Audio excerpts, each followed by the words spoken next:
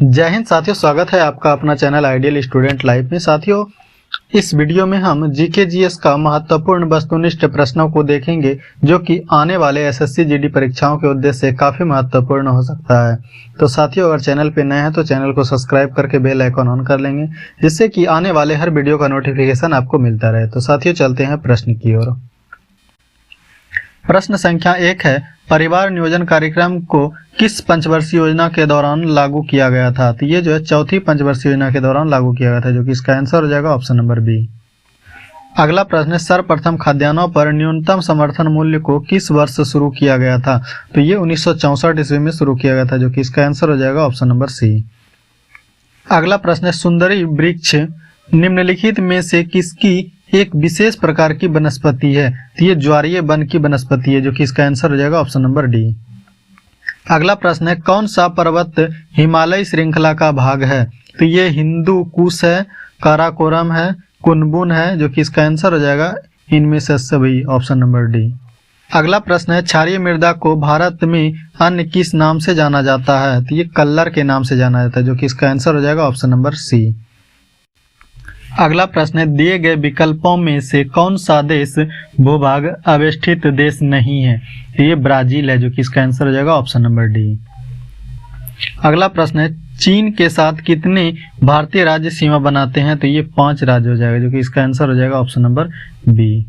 और ये 5 राज्य कौन कौन से हैं? तो इनमें से जो है जम्मू कश्मीर है, हिमाचल प्रदेश है, उत्तराखंड है, सिक्किम है और अरुणाचल प्रदेश है, जो कि चीन के साथ सीमा बनाती है।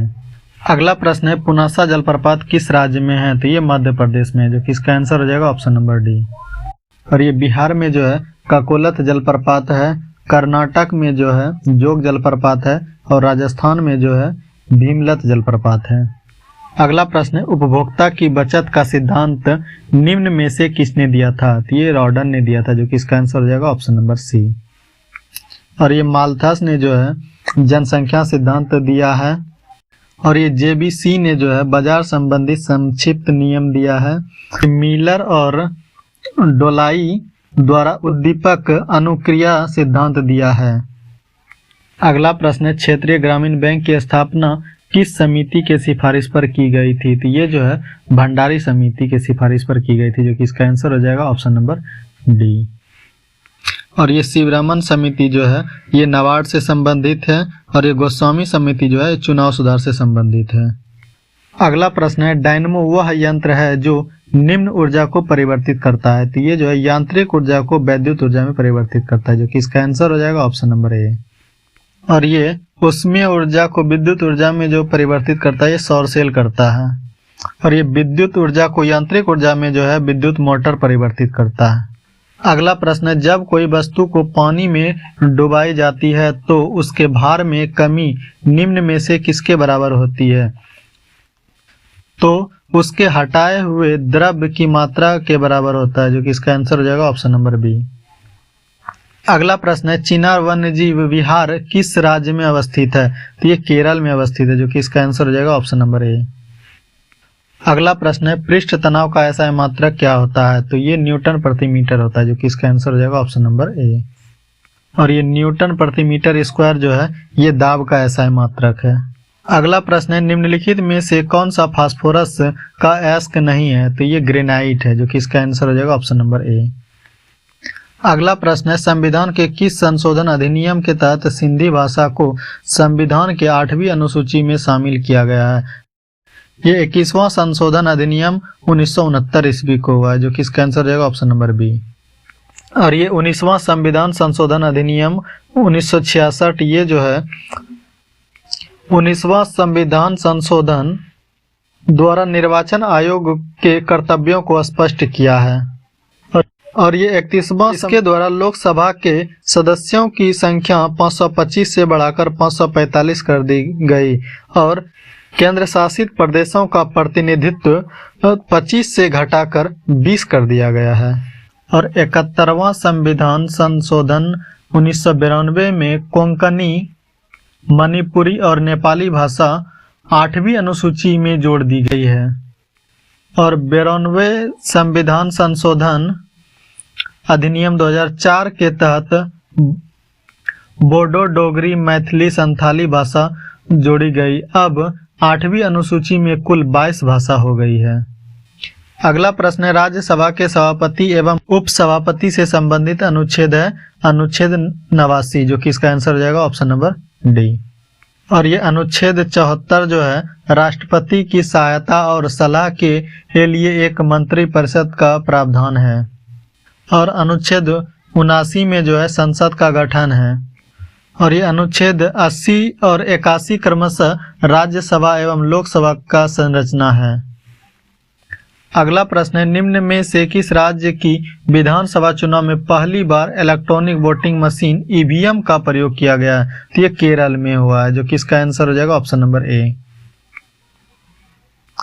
अगला प्रश्न है, विधान परिषद में सदस्यों की संख्या कम से कम कितना होता है? तो ये 40 होता है, जो कि इसका आंसर हो जाएगा ऑप्शन नंबर बी। अगला प्रश्न है, निम्नलिखित में से किस मुगल सम्राट का 2 बार अभिषेक हुआ है? तो ये औरंगजेब का 2 बार हुआ है, जो कि इसका आंसर हो जाएगा ऑप्शन नंबर बी। अगला प्रश्न है, गांधार कला शैली में निम्न में से किसका संश्लेषण है? ये भारतीय तथा यूनानी कला का है, जो कि इसका आंसर हो जाएगा ऑप्शन नंबर डी। अगला प्रश्न है, भारत भ्रमण पर आए वेनसोंग ने किस नगर का विवरण अपने यात्रा वृत्तांत में किया है? तो ये पाटलिपुत्र का किया है, जो कि इसका आंसर हो जाएगा ऑप्शन नंबर ए।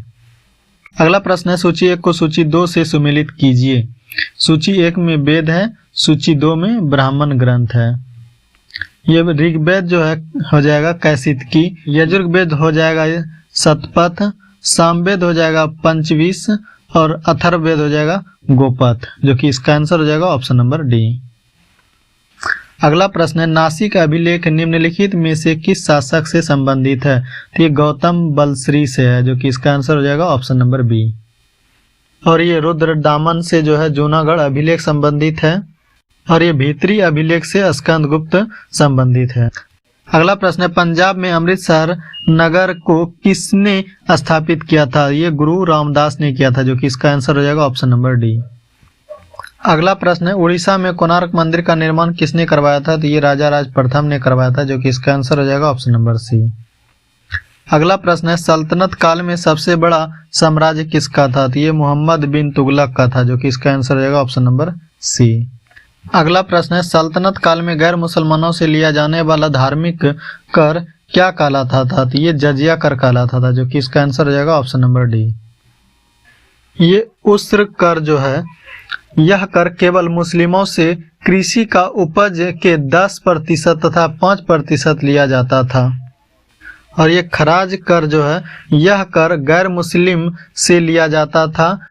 इस कर वसूलने का दर 1/3 भाग से अधिक तथा 2/3 भाग से कम होती थी। और ये खम्मस कर यह युद्ध में लूटे हुए धन में से राज्य का जो भाग होता था वह कर होता था। जजिया कर यह कर धर्मनिरपेक्ष माने जाते थे। यह गैर मुस्लिम से इसलिए लिया जाता था क्योंकि वे सैनिक सेवा से मुक्त थे।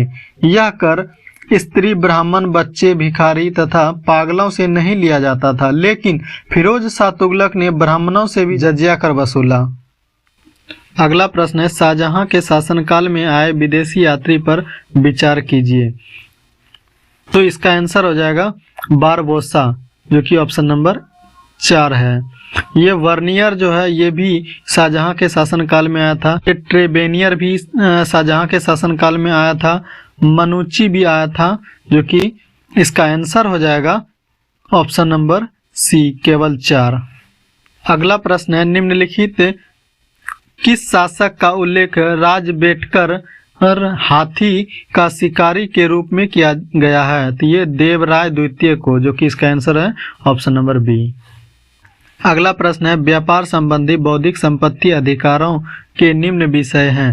तो ये व्यापार मार्का है, औद्योगिक परिरूप है, भौगोलिक संकेत है, जो कि इसका आंसर हो जाएगा ऑप्शन नंबर सी, केवल 1, 2 तथा 3।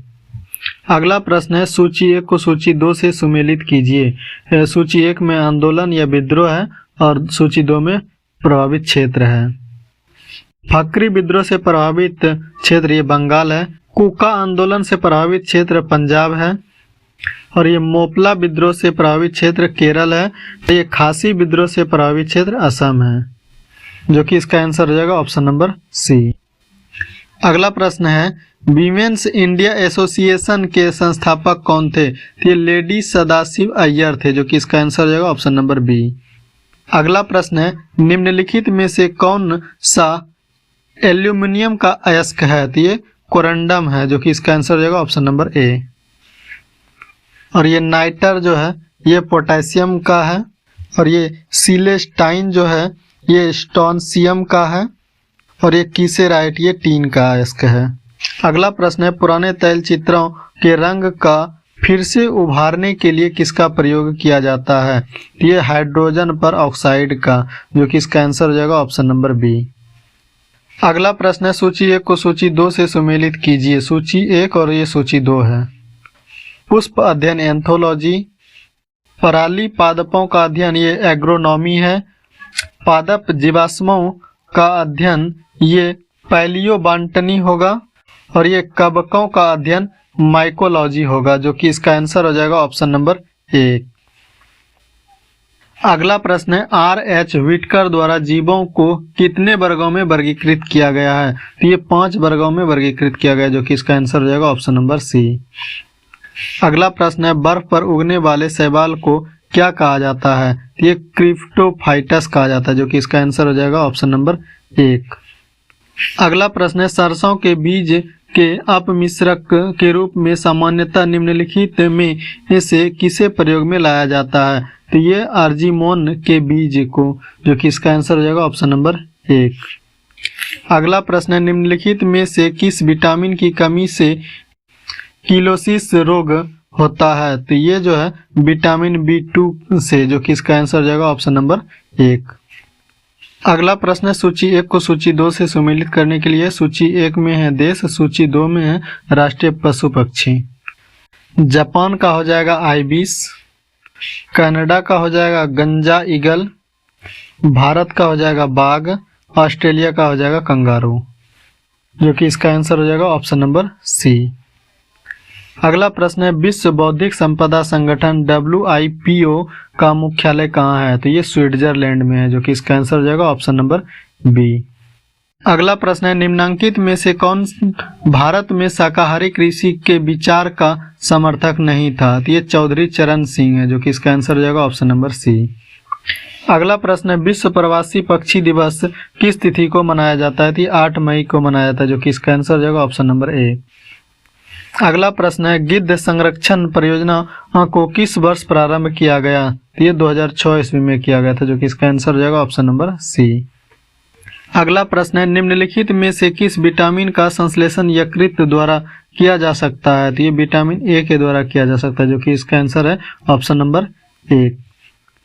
अगला प्रश्न है भ्रूण की अपरापोषिका किसमें सहायक होती है? तो ये उत्सर्जन में होता है, जो कि इसका आंसर हो जाएगा ऑप्शन नंबर सी। अगला प्रश्न है सार्वत्रिक रक्तदाता वे लोग हैं जिनका रुधिर वर्ग होता है O, जो कि इसका आंसर हो जाएगा ऑप्शन नंबर 1।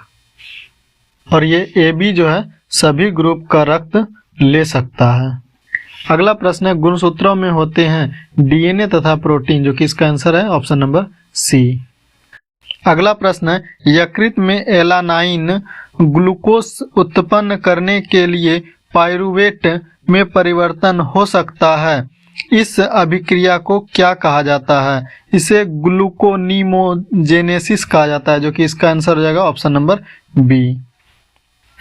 तो साथियों कैसा लगा यह वीडियो आप हमें कमेंट बॉक्स के अंदर जरूर बताइए। आपके द्वारा लाइक किया जाना, शेयर किया जाना और चैनल को सब्सक्राइब किया जाना हमारा मोटिवेशन है। आपके द्वारा लाइक, शेयर और सब्सक्राइब किए जाने से जो हमें प्रेरणा मिलती है वो अगले दिन की ऊर्जा के रूप में कार्य करती है। तो निश्चिंत ही आप अपना प्यार हमारे चैनल को अवश्य देंगे।